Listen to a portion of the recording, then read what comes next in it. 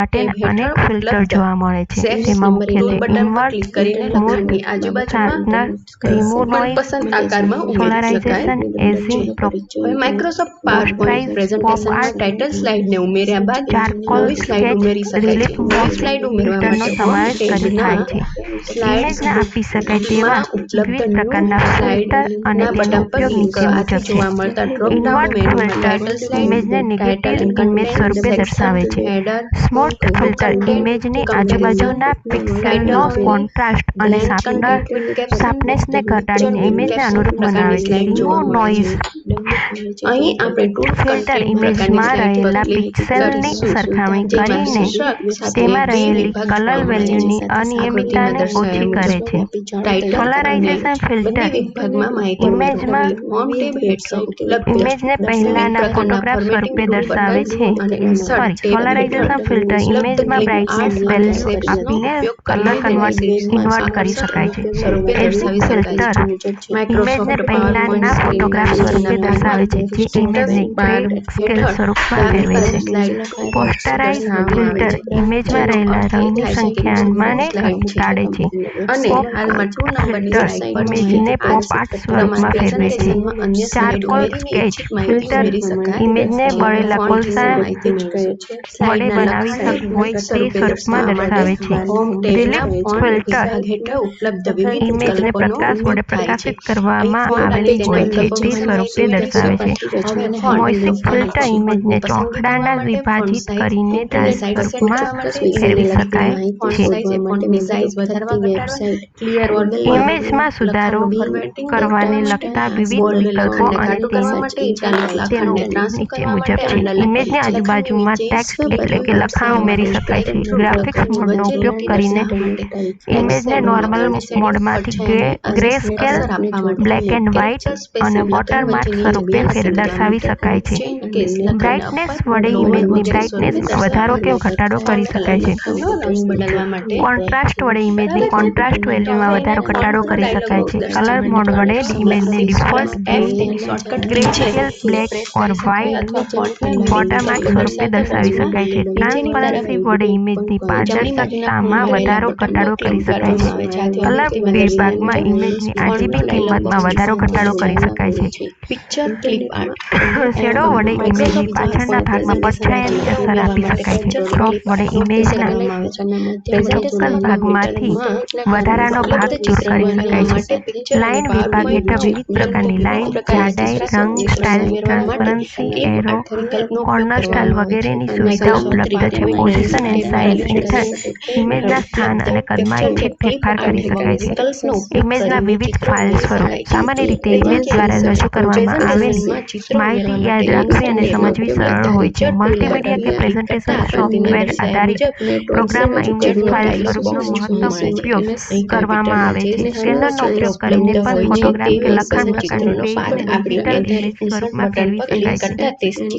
Computer ઇમેજનો સંગ્રહ કરવા માટે બીટમેપ કે રાસ્ટર ચિત્રના નામથી ઓળખાતા પિક્સેલ નકશાનો ઉપયોગ કરે છે. પિક્સેલનું પૂરું નામ પિક્ચર એલિમેન્ટ છે, જે મોનિટર સ્ક્રીન પર થયેલા નાના ટપકાને દર્શાવે છે. દરેક પિક્સેલ તેમાં આવેલા રંગની કિંમતને દર્શાવે છે. બીટમેપ એ નાના ટપકાઓનો શ્રેણી છે જે કમ્પ્યુટર સ્ક્રીન પર ઇમેજની રચના કરે છે. ઇમેજનું બીજું સ્વરૂપ સદિશ ચિત્ર કે વેક્ટર ગ્રાફિક્સ છે, જેમાં ચિત્રનો સંગ્રહ ગાણિતિક સમીકરણના સ્વરૂપમાં કરવામાં આવે છે. કમ્પ્યુટર સ્ક્રીન પર બીટમેપ કે રાસ્ટર કે સદિશ એટલે કે વેક્ટર ઇમેજ એક સંબંધિત સ્વરૂપે જોવા મળે છે. પરંતુ બીટમેપ સ્વરૂપની ઇમેજને જોવી એટલે કે મોટી કરતાં તે બ્લર એટલે કે ઝાંખી જોવા મળે છે. બીટમેપ સ્વરૂપની ઇમેજને મોટી કરતાં તેમાં રહેલા પિક્સેલ ફાટી જતા હોય કે બ્લર થતા હોય તે પ્રકારે જોવા મળે છે. જ્યારે સદિશ એટલે કે વેક્ટર સ્વરૂપની ઇમેજને ઝૂમ કે વોટિંગ કરવામાં આવે તો પણ તેમાં કોઈ પણ પ્રકારનો ફેરફાર થતો નથી અને તે પહેલા જેવી જ દેખાય છે. ઇમેજના વિવિધ ફાઇલ સ્વરૂપ નીચે મુજબ છે: ફાઇલ એક્સટેન્શન અને ફાઇલનો પ્રકાર. તેમાં .png એટલે કે bitmap, .gif graphical interchange format, .png એટલે પોર્ટેબલ નેટવર્ક ગ્રાફિક્સ, .jpg અથવા .jpeg joint photographic expert group, .psd Photoshop soft document, .tif tag image file. આ સાથે અહીંયા આપણો લેસન 28 પૂર્ણ થાય છે. પેજ સેટઅપનો ડાયલોગ બોક્સ જોવા મળે છે. અહીં સ્લાઇડ સાઇઝ ફોર હેઠળ સ્લાઇડની સાઇઝ નક્કી કરી શકાય છે. વિડ્થ વડે સ્લાઇડની પહોળાઈ, હાઇટ વડે સ્લાઇડની ઊંચાઈ, ઓરિએન્ટેશનમાં સ્લાઇડ વિકલ્પ હેઠળ સ્લાઇડને આડી કે ઊભી કરવા દર્શાવી તેમાં નોટ્સ, હેન્ડઆઉટ્સ અને આઉટલાઇનને આડા કે ઊભા સ્વરૂપે દર્શાવી શકાય છે. પ્રેઝન્ટેશન થીમ્સ સ્લાઇડની પાછળના ભાગમાં આકર્ષક સ્વરૂપની ડિઝાઇન કે થીમ આપવા માટે ડિઝાઇન ટેબ હેઠળ ઉપલબ્ધ થીમ્સ કે બેકગ્રાઉન્ડ સ્ટાઇલ્સ વિકલ્પનો ઉપયોગ કરવામાં આવે છે. અહીં થીમ્સ હેઠળ ઉપલબ્ધ વિવિધ થીમમાંથી મનપસંદ થીમ પર ક્લિક કરતા તે થીમ આકૃતિમાં દર્શાવ્યા મુજબ પસંદ થયેલ જોવા મળે છે. હવે આપણે થીમ માટે મનપસંદ કલર સેટ કરવાનું. સેટ કરવા માટે કલર્સ, ફોન્ટ સેટ કરવા માટે ફોન્ટ્સ અને વિવિધ પ્રકારની અસર આપવા માટે ઇફેક્ટ વિકલ્પનો ઉપયોગ કરી શકાય છે. સ્લાઇડની પાછળના ભાગમાં બેકગ્રાઉન્ડ સ્ટાઇલ નક્કી કરવા માટે બેકગ્રાઉન્ડ સ્ટાઇલ્સનો વિકલ્પનો ઉપયોગ કરવામાં આવે છે. સ્લાઇડ ટ્રાન્ઝિશન સ્લાઇડ શો દરમિયાન એક સ્લાઇડ પછી અન્ય સ્લાઇડ આવે ત્યારે સ્લાઇડને વિવિધ પ્રકારની અસર કે ઇફેક્ટ આપવા માટે એનિમેશન ટેબમાં ટ્રાન્ઝિશન ટુ ધી સ્લાઇડ હેઠળ ઉપલબ્ધ વિકલ્પોનો ઉપયોગ કરવામાં આવે છે. અહીં વિવિધ પ્રકારની ટ્રાન્ઝિશન અસરો જોવા મળે છે. આ સાથે ટ્રાન્ઝિશન વખતે અવાજ ઉમેરવાની તેમજ ટ્રાન્ઝિશનની ઝડપને લગતા વિકલ્પો પણ જોવા મળે છે. તેના વડે આપવામાં આવતી ટ્રાન્ઝિશનની અસર સંપૂર્ણ સ્લાઇડને આપવામાં આવે છે. અહીં ઓન માઉસ ક્લિક હેઠળ ક્લિક કરતા અન્ય સ્લાઇડ આવે છે તો ઓટોમેટિકલી આફ્ટર હેઠળ સમય આપીને આપમેળે ચોક્કસ સમય બાદ જે તે સ્લાઇડ આવે તે પ્રકારની કામગીરી કરી શકાય છે. હવે સ્લાઇડ એનિમેશન પ્રેઝન્ટેશન આકર્ષક અને અસરકારક રીતે દર્શાવવા માટે સ્લાઇડમાં રહેલા લખાણ, ક્લિપઆર્ટ, ટેબલ, આલેખ પ્રકારના ઓબ્જેક્ટને એનિમેશનની અસર આપવામાં આવે છે.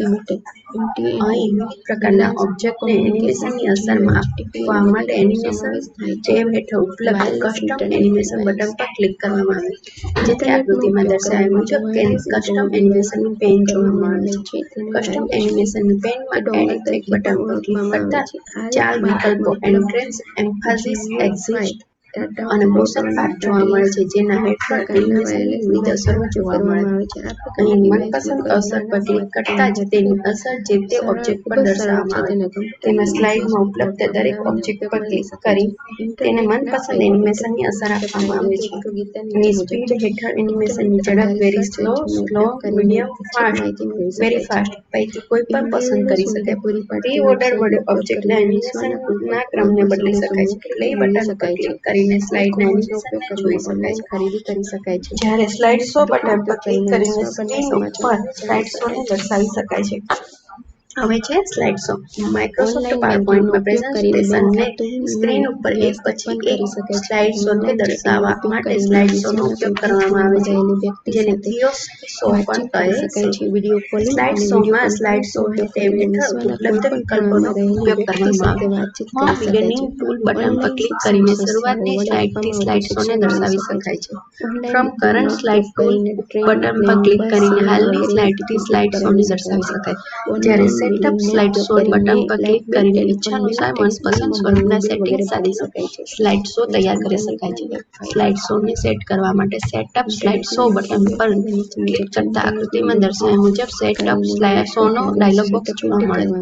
અહીં સ્લાઇડ શો પુનરાવર્તિત સમય સુધી ચાલુ રાખવા અને એસ્કેપ કી પ્રેસ ન કરવામાં આવે ત્યાં સુધી દર્શાવવા માટે લૂપ કન્ટિન્યુઅસલી અનટિલ એસ્કેપ વિકલ્પ પાસેના ચેકબોક્સને પસંદ કરવામાં આવે.